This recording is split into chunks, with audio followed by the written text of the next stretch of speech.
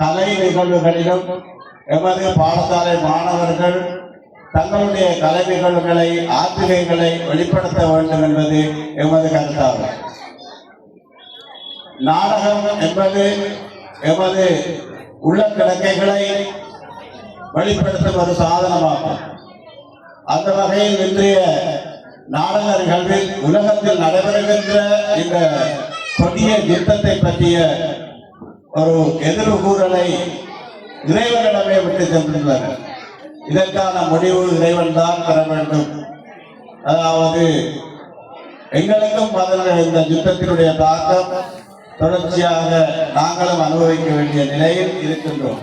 அந்த வகையில் இந்த நாடகத்தின் ஊடாக எமது பாமர மக்களுக்காக இந்த வெளிப்பாடுகளை வெளிப்படுத்தும் ஒரு உள்ள கிடக்கையை வெளிப்படுத்தும் ஒரு சாதனமாக நாடகம்